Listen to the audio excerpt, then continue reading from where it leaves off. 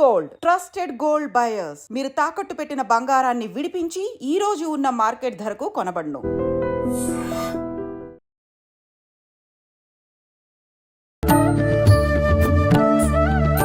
నమస్కారం, welcome to I dream media. ధర్మ మార్గం విత్ విజిత కార్యక్రమానికి స్వాగతం. ప్రస్తుతం మనతో పాటు ఉన్నారు ప్రముఖ ఆధ్యాత్మికవేత్త, లలిత ఉపాసకులు శ్రీ శ్రీ శ్రీ నానాజీ పట్నాయక్ గారు. ఇప్పుడు వారితో మాట్లాడదాం. నమస్కారం గురుగారు. శ్రీమాత్రే నమః. గురుగారు, మనకు ఇప్పుడు ఆల్రెడీ పుష్కరాలు ప్రారంభమయ్యి ఒక 3-4 రోజులు అయిపోయింది.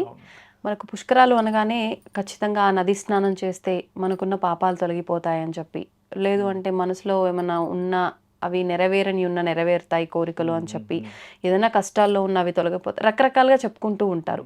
ఇప్పుడు జరుగుతున్న ఈ పుష్కరాలు సరస్వతి పుష్కరాలు. సరస్వతి అమ్మవారు అనగానే జ్ఞానానికి, విద్యకి ప్రతిరూపంగా భావిస్తాము. మరి ఈ పుష్కర స్నానం చేయడం వల్ల అవి మనకు లభిస్తాయి అనుకోవచ్చా, లేదంటే ఎటువంటి ఫలితం ఉంటుంది తెలియజేయండి. ఖచ్చితంగా అమ్మా. ఇక్కడ ఏంటంటే అసలు ఫస్ట్ దీన్ని ఒక్కొక్క పేరు ఎందుకు వచ్చింది, పాయింట్ నెంబర్ 1. రెండవది, దీనివల్ల కలిగే ఫలితాలు ఏమిటి, ఏ గ్రహస్థితి ఉన్న వాళ్ళకి ఇది ఇంకా బాగా పనిచేస్తుందని చూసుకుంటే కనుక అసలు సరస్వతి పుష్కరాలను ఎందుకు అంటారు. ఎప్పుడు కూడా మీరు గమనించండి, గురువు గనక మిథున రాశిలోకి ప్రవేశించగానే సరస్వతి పుష్కరాలు అంటారు. గురువు మిథున రాశిలో ప్రవేశించినప్పుడు మొన్న 15వ తేదీ ప్రవేశించాడు కాబట్టి 15వ తేదీ నుంచి సరస్వతి దేవి పుష్కరాలు. ఎందుకు మిథునానికి ఎందుకు తీసుకుంటారు, ఏం వృషభం, మేషం ఇవన్నీ ఉన్నాయి కదా అంటే, బుధుడు యొక్క రాసులు, బుధుడు జ్ఞానము, విద్య, వీటి కారకుడు. ఎవరి జన్మ జాత చక్రంలో అయినా బుధుడు పాడయ్యాడు లేదా 4th హౌస్ పాడైంది, వాళ్ళకి ఖచ్చితంగా ఎడ్యుకేషన్లో డిస్టర్బెన్సెస్, బ్యాక్లాగ్స్, బ్రేక్స్ అవుతూ ఉంటాయి. బుధుడు పాడైనా లేదా బుధరాశులు పాడైనా. ఇది ఓన్లీ ఎడ్యుకేషన్ ఒకటే కాదు, బుధుడు లాజికల్ థింకింగ్కి, అదేవిధంగా మనము మ్యాథమెటికల్ అంటే క్యాలిక్యులేషన్కి, వ్యాపారాలకి కారకుడు. అందుకే ఎవరి జన్మ జాత చక్రంలో అయినా బుధుడు పాడయ్యాడు, ఏమంటే మీరు వ్యాపారం చూస్ చేయండి అని చెప్తూ ఉంటాం. లేదు బుధుడు పాడై 4th హౌస్ కనెక్టివిటీ వచ్చింది, విద్యా సమయంలో కొంచెం పట్టుకోవాలి ఆ పిల్లల్ని. గట్టి పట్టుకోకపోతే వాళ్ళు పెద్దగా ఇంట్రెస్ట్ చూపించారు, ఎందుకంటే బుధుడు ఈజ్ ఎడ్యుకేషన్ కారకుడు కదా. అలాంటివి ఎప్పుడైనా గురువు యొక్క అనుగ్రహం కనెక్ట్ అయితే దానికి, ఇప్పుడు ఒక స్టూడెంట్ ఈజ్ బుధుడు, జూపిటర్ ఈజ్ గురువు. ఎంత మొద్దు స్టూడెంట్కి అయినా కూడా ఒక మంచి గురువు కనుక కనెక్ట్ అయితే ఆటోమేటిక్గా ఇదవుతుంది. ఇప్పుడు ప్రతి రాయి ఒక శిల్పం అవుతుంది. శిల్పం సరిగ్గా చెక్కలేదంటే దాని అర్థం ఏంటి, శిల్పి దోషం, రాయి దోషం కాదు. అంతే. సమ్ టైమ్స్ రాయి బాగోపోవచ్చు కూడా అక్కడ, అది చెక్కడానికి సరిగ్గా లేదని పక్కన పడేసి, దట్ ఈస్ డిఫరెంట్ థింగ్. అది అరుదుగా జరుగుతుంది. అట్లాగే ఇక్కడ మనం అర్థం చేసుకోవాల్సింది ఏంటంటే, ఒక్కొక్క స్టూడెంట్ ఒక్కొక్క టైంలో అబ్బా నాకు ఇంతమంది ఈసార్లు చెప్పిన అర్థం కాలేదు, ఈసారి నాకు బాగా చెప్పాడబ్బా అంటారు. అలాంటిది ఎప్పుడైతే మీకు ఈ సరస్వతి పుష్కరాలు, సహజంగా సరస్వతీదేవి ఏంటంటే అంతర్వాహిని, బయటికి కనపడదు. ఈ అంతర్వాహినిగా ఉండేటువంటి పుష్కరాలు వచ్చినప్పుడు పిల్లలకి ఎవరికైనా బుధుడు పాడయ్యాడు, 4వ స్థానం పాడైంది, లేకపోతే మనకు అర్థమైపోతూ ఉంటుంది 7వ తరగతి వరకు చూసాం, 10 వరకు చూసాం, ఇదేంటో ఇంట్రెస్ట్ చూపించట్లేదు అన్నప్పుడు ఆ పుష్కరాలకు గనక తీసుకెళ్తే ఖచ్చితంగా వాళ్ళకి బుధగ్రహ దోషమైనట్లయితే, లేదా గురుగ్రహ దోషం ఉన్నప్పుడు ఎలా ఉంటుందంటే, వాళ్ళు టీచర్స్తో భయపడుతూ ఉంటారు. గురువు బాలేడు, లేకపోతే నీచపడ్డాడు, పాపకత్తెల్లో ఉన్నాడు, టీచర్ దగ్గరికి వెళ్ళాలంటే భయం వేస్తూ ఉంటుంది, టీచర్ని అడగాలంటే భయం వేస్తూ ఉంటుంది. చాలామందికి ఏమైపోతుందంటే, వాళ్ళకి డౌట్ ఉన్నా కూడా అమ్మో టీచర్ని అడిగితే ఇంతమంది ముందునే ఏమంటారు అంటే అందరిలో నేను బ్లేమ్ అయిపోతా అనేటట్టుగా బ్లేమ్ అయిపోతాము. ఇది పిల్లలకి తల్లిదండ్రులు చెప్పాలి. నువ్వు అడగొచ్చు, ఏం కాదు, నువ్వు లాజికల్గా అడగొచ్చు, బ్లేమ్ అయితే అయిపోయావు, కానీ ఇంతమంది బ్లేమ్ అయినా సరే నీకు ఆన్సర్ దొరుకుతుంది కదా, నువ్వు సిగ్గుపడడానికి లేదు అనే దాని భయాన్ని పిల్లల్లో తల్లిదండ్రులు పోగొట్టగలగాలి. అది ఎందుకు జరుగుతుంది అంటే, వాళ్ళకి జూపిటర్ పాడైనప్పుడు జరుగుతుంది. అలాంటప్పుడు ఆ జూపిటర్ని స్ట్రెంథెన్ చేసుకోవాలి.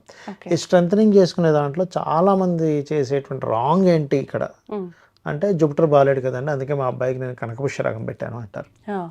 ఇక్కడ ఏంటంటే కనకపుష్యరాగం పెట్టడం ఎంతవరకు కరెక్ట్ అంటే, ఆ జూపిటర్ మీకు శుభుడైతే కరెక్ట్. ఇప్పుడు ఎలా అంటే, ఇప్పుడు చూడండి, చిన్న ఉదాహరణ చెప్తాను నేను మీకు. ఒక వ్యక్తికి ఉదాహరణకి బాగా జలుబు చేసింది, ఐస్ క్రీమ్ తినిపించాం, ఏమవుతుంది, ఇంకా ఎక్కువ అవుతుంది, తగ్గదు అది. అప్పుడు ఏం చేయాలి, దానికి ఆపోజిట్ కొంచెం వేడి పదార్థాలు, కొంచెం ఆవిరి పీల్చుకుంటాడు, కొంచెం హీట్గా ఉండేవి తీసుకుంటుంటాడు. అవును. అప్పుడు ఫ్రీ అవుతాడు. ఉమ్, ఆవిరి ఎందుకు పడతామంటే దీనికి ఆపోజిట్ ఎనర్జీ దాన్ని కంట్రోల్ చేస్తుంది ఎప్పుడు కూడా, అంతే ఏ బ్యాలెన్స్ ఎనర్జీనైనా. అవుతుంది. ఇప్పుడు వీళ్ళేం చేస్తున్నారు, జూపిటర్ బాగాలేడు అందుకే మా వాడు సరిగ్గా చదవట్లేదు, గురువులు ఉంటే భయపడుతుంది ఉంగరం పెట్టేస్తారు. అది ఎట్లా అసలు బాగా జలుబు ఉన్న వ్యక్తికి ఐస్ క్రీమ్ తినిపించినట్టుగా అవుతుంది. ఉమ్, లేదా బుధుడు పాడేయడండి, చదువు బాగాలేదు అందుకే నేను బుధుడిది పెట్టేస్తాను. ఉమ్, అది కరెక్ట్ కాదు. Okay okay. దానికి సంబంధించిన దానం ఇవ్వాలి ఎప్పుడు కూడా. ఆహా. బుధుడు పాడయ్యాడా, గురువు పాడయ్యాడా?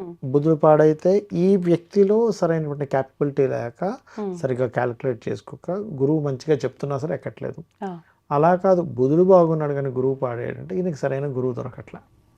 చిన్న విషయాలకి అందరి ముందు ఏదో చేస్తుంటే ఫస్ట్ టీచర్ మీద రెస్పెక్ట్ పోయింది. ఉమ్, అప్పుడు అతను ఏం చెప్పినా మనకు ఎక్కదు. ఒక రెస్పెక్ట్, ఒక ఇష్టం టీచర్ మీద ఉంటేనే మనం ఆయన ఏం చెప్పింది శ్రద్ధగా వింటాం. అవును.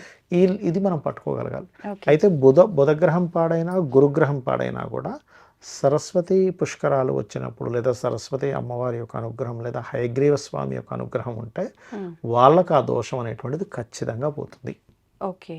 అంటే ఓన్లీ దర్శనం చేసుకున్నంత మాత్రం, నది వెళ్ళి స్నానం నది చేసినంత స్నానం మాత్రం చేస్తాము. ఏదైనా మంత్రం కానీ మళ్ళీ ఖచ్చితంగా ఏ నది స్నానం స్నానం చేసేటప్పుడైనా పిప్పలాద సముత్పన్నే కృత్యేలు ఒక భయంకర అనేటువంటి నెట్లో కొట్టిన వచ్చేస్తుంది మీకు మంత్రం. అది ఒక మట్టి పట్టుకొని, ఒక రాయి పట్టుకొని ఆ మంత్రం చదివి ఆ రాయిని అందులో వేసి నదిలో స్నానం చేయాలి ఎప్పుడు కూడా. ఓకే. ఎందుకంటే మీరు గనక అలా డైరెక్ట్గా నదిలోకి దిగితే ఇన్ని రోజులు మీరు ఏవైతే పూజాది పునస్కారాలు ఏవైతే చేస్తారో అవన్నీ కూడా ఇబ్బంది పడతారు. ఇంకోటి ఏంటంటే ఇప్పుడున్న ప్లానటరీ పొజిషన్ పరంగా కుజుడు జలరాశుల్లో ఉన్నాడు. ఇప్పుడు మనం గతంలో కూడా చెప్పుకున్నాం, జల సంబంధంగా యుద్ధాలు వస్తాయి, జలమే యుద్ధానికి కారణమవుతుంది అనేటువంటి చెప్పుకున్నాం. అవునండి. అంటే జలం అనేటువంటిది కీలక పాత్ర పోషిస్తుంది యుద్ధం రావడానికి, లేకపోతే ఒక తొక్కిసలాటలు జరగడానికి, ఓకే. లేకపోతే ఒక ఇవాళ రేపు మనకి స్లీపర్ సెల్స్ ఏదో చేయబోతున్నాం అనుకుంటున్నాం, స్లీపర్ సెల్స్గా తయారై ఎక్కడెక్కడ బాంబులు పెట్టడానికి, లేదా కొన్ని హైందవ సంబంధించినటువంటి కొన్ని ప్రదేశాల్లో కొన్ని ఆకస్మిక సంఘటనలు జరగడానికి జల పాత్ర బాగా పోషిస్తుంది. ఎందుకంటే కుజుడు మెయిన్ రోల్ అదే ఉంటుంది. కుజరాశుల్లో షష్టగ్రహ కూటమి జరిగింది, కుజరాశిలో కుజుడున్నాడు, అది జలరాశిలో కుజుడున్నాడు కాబట్టి అందుకని అది చాలా జాగ్రత్తగా ఉండాలి. ఈ వెళ్ళేవారు కూడా కొంచెం అలర్ట్గా ఉండాలి. ఈ పుష్కరాలకి వెళ్ళేవారు కూడా, గవర్నమెంట్ కూడా ఖచ్చితంగా అక్కడ సరైనటువంటి ఇవి తీసుకోవాలి. అవును. అయితే ఈ బుధుడు గురువు పాడయ్యారు ఇప్పుడంటే పుష్కరాలకు వెళ్ళలేని వాళ్ళు ఉంటారు. అవును. వాళ్ళు బుధ గురు గ్రహాల దగ్గర దీపారాధన చేయడము, గోవుకి అరటికాయలు, గురు సంబంధించిన కారకత్వం, కాయలు పళ్ళు కాదు, అరటికాయ గోవుకు మంచిది పండు కంటే కూడా. ఓకే.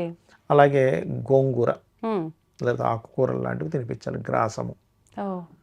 అప్పుడు ఏమవుతుందంటే వాళ్ళకి దోషం ఎప్పుడైతే తగ్గిందో, ఇప్పుడు చూడండి కొంతమందికి ఇన్ఫెక్షన్ ఉంటుంది, టాబ్లెట్ వేస్తాం, ఇన్ఫెక్షన్ తగ్గగానే అమ్మాయి ఫ్రీ అయింది నా బాడీ ఇప్పుడు హ్యాపీగా ఉంది అంటాడు. అట్లాగే మనకు దోషం తగ్గినప్పుడు ఆటోమేటిక్గా వాళ్ళకి ఆ యొక్క తత్వం అనేటువంటిది మార్పు వస్తుంది. అట్లా. సో పుష్కరాలు చాలా మంది ఏ రోజు వెళ్తే మంచిది అనుకుంటారు, కానీ పుష్కరము అన్నప్పుడు ఆ 12 రోజులు మంచిదే, గుర్తుపెట్టుకోండి. ఏ రోజైనా వెళ్ళొచ్చు, అంటే మనం మంచి రోజు, ఇది అమావాస్య ఉంది, అది ఉంది, ఇది ఏమీ అవసరం లేదు. కొన్ని తిథులు ఉంటాయి అప్పుడు, ఎట్లా అంటే పంచమి, సప్తమి, ఏకాదశి, ఇంకా మంచి పుణ్యతిథులు. అంటే ఎందుకు ఆ పర్టికులర్ తిథుల్లో ఎందుకు వెళ్తారంటే, సర్వసాధారణంగా పుష్కరాలు మనకి ఎక్కడ పుష్కరాలు జరిగినా, కుంభమేళాలు జరిగినా దేవతలు అక్కడికి వస్తారు, వచ్చి వాళ్ళు స్నానాలు ఆచరించి వెళ్తారు, వాళ్ళు మంచి తిథుల్లో వస్తారు కదా అనేటువంటి భావనతో మనం, ఎందుకంటే దేవతలు కూడా మానవ శరీరం రావాలని కోరుకుంటారట. అవునా? అయ్యో మానవ శరీరం ఎంత గొప్పదనుకుంటున్నారు అసలు మీరు ఏ తపస్సు చేయాలో భూమి మీదకి రావాలి, తపస్సు ఆచరించాలంటే. ఇప్పుడు తిరుపతి కొండ ఉంది, మీరు అక్కడికి ఎందుకు అంత పాజిటివ్ వైబ్ ఎందుకు ఉంటుంది అనుకుంటున్నారు? కొన్ని లక్షల మంది సిద్ధులు కావచ్చు, ఋషులు కావచ్చు, ఎంతోమంది అక్కడ తపస్సు చేస్తుంటారు. అందుకే మనకు ఆ వైబ్ తెలుస్తుంటుంది. తిరుపతి కొండ మీదకి వెళ్ళగానే ఏ క్షేత్రానికి వెళ్ళిన ఎందుకు ఆ వైబ్ ఉంటుంది అంటే ఆ ఫీల్ మనకు తెలుస్తుంటుంది. ఎన్నో కొన్ని వందల వేల తీర్థాలు ఉంటాయి పైన తిరుపతి మీద. అంటే మీకు ఎంత మీరు దేవతా సంబంధించిన దాంట్లోకి సిద్ధులుగా, గంధర్వులుగా ఎట్లా అయిపోయినా మళ్ళీ మీరు భూమి మీదకే రావాలి. అంత గొప్పది మానవ జన్మ. అందుకే దేవతలు కూడా కోరుకుంటారట మనిషిగా పుట్టాలని. కానీ మనిషిగా పుట్టిన మనం మాత్రం ఎందుకురా స్వామి నాకు ఈ జన్మనిచ్చావు అని అంటాం. అంటే కర్మ సిద్ధాంతం తెలియకపోవడం వల్ల, దేవతా శక్తి తెలియకపోవడం వల్ల, దేవతను ఎందుకు పూజించాలని తెలియకపోవడం వల్ల పుష్కరానికి వెళ్ళినప్పుడు అక్కడ అదొక సరస్వతీదేవి అనే స్పృహతో మనం వెళ్ళాలి. ఏదో నదిలోకి వెళ్ళిపోయాం గబగబా వెళ్ళాం, 2 ఇప్పుడు ఈతలు కొట్టాం. నదిలో స్నానం చేసేటప్పుడు కూడా చాలా మంది పసుపు కుంకుమలు పూలు దీపము తీసుకొని వెళ్ళి ముందర మొహానికి పసుపు రాసుకొని తర్వాత దీపం అవి వదిలిపెట్టి అప్పుడు స్నానం ఆచరించి వస్తుంటారు. అదంతా కరెక్ట్ పద్ధతి అంటారా? పద్ధతేనమ్మా. ఉమ్. దానికి ఏంటంటే సంకల్పం చెప్పుకోవాలి. ఏమని? సంకల్పిస్తే మీరు పురోహితుడు చేస్తారు. ఉమ్, ఉమ్. ఆ సంకల్పం చెప్పుకొని చక్కగా దీపం వదులుతారు. కాకపోతే సబ్బు రుద్దుకోవడం లాంటివి చేయకూడదు, ఉమ్, ఉమ్. చాలా పెద్ద దోషం. ఈత కొట్టకూడదు అని చెప్తుంది శాస్త్రం. ఈత కొడితే నదిని కొట్టిన పాపం వస్తుందట, ఓ, అందుకని అలాంటివి చేయకూడదు. అంటే పుష్కర సమయంలో మాత్రం. మెయిన్గా పుష్కర సమయంలో. ఓకే, ధన్యవాదాలండి. శ్రీమాత్రే నమః. దీన్ని తవ్వండి, తవ్వుతూనే శివలింగం. పరమాత్మకు జీవా సరే దాన్ని అట్లా కప్పేసేయండి, చూపించదండి. Krishna is there. మూర్తి పూజ కాదు, సాక్షాత్ బ్రజేంద్ర నందన భగవాన్ ఉన్నారు మూర్తిలో. ఏమీ ఆశించకుండా ఆరాధించే వాళ్ళు కూడా ఉన్నారా ప్రభుజీ? నిజమైన భక్తి అంటే మనకు తెలియదు కాబట్టి